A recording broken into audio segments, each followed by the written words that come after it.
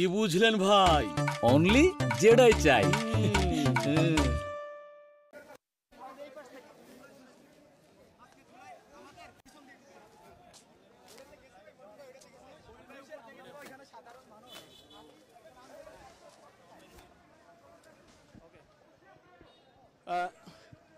গোটা মানিক মিয়া অ্যাভিনিউ রণক্ষেত্রে পরিণত হয়েছে।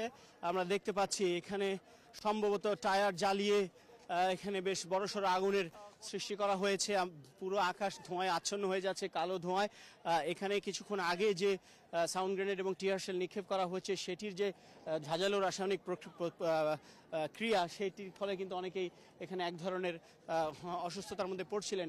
আমরা বেশ বড়সড় আগুন দেখতে পাচ্ছি, সেই আগুনের দিকে আমরা এগিয়ে যাওয়ার চেষ্টা করছি।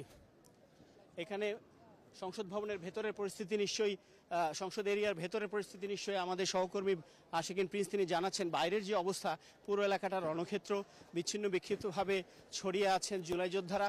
তবে এই জুলাই যোদ্ধাদের উপরে পুলিশ কিন্তু এখনও খুব বেশি বল প্রয়োগ, লাঠিচার্জ কিন্তু তেমনটি করতে দেখা যায়নি। তারা সংঘবদ্ধভাবে তাদেরকে দূরে ছড়িয়ে ছত্রভঙ্গ করারই চেষ্টা আমরা দেখেছি।